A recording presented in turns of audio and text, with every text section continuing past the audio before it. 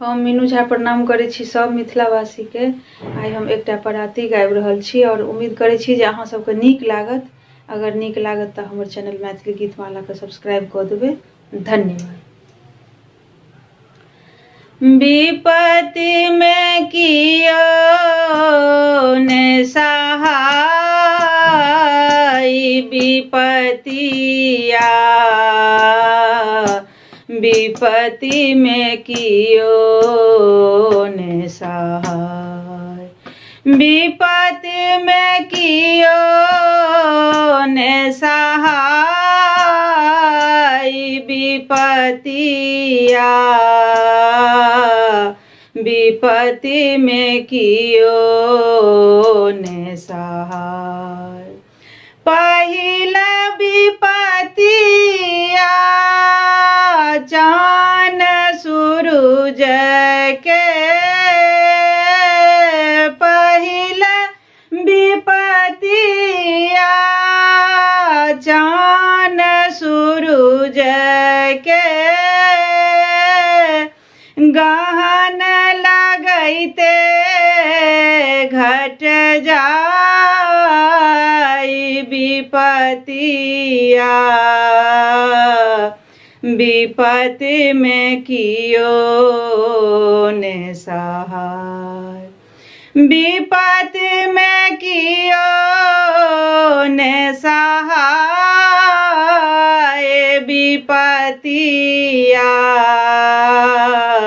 विपत्ति में कियो ने सहाय।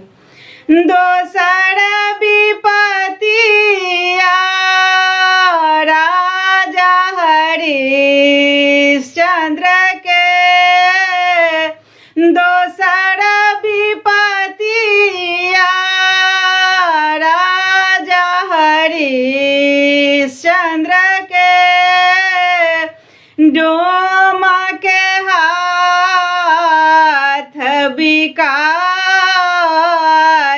विपत्तिया विपत्ति में कियो ने सहाय, विपत्ति में कियो ने सहाय, विपत्तिया विपत्ति में कियो ने सहाय। तेसर विपत्तिया राम लखन के, तेसर विपत्तिया राम लखन के,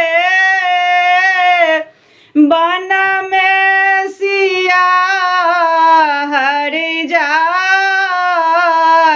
विपत्तिया विपत्ति में कियो ने सहाय, विपत्ति में कियो ने सहाय, विपत्तिया विपत्ति में कियो ने सहाय।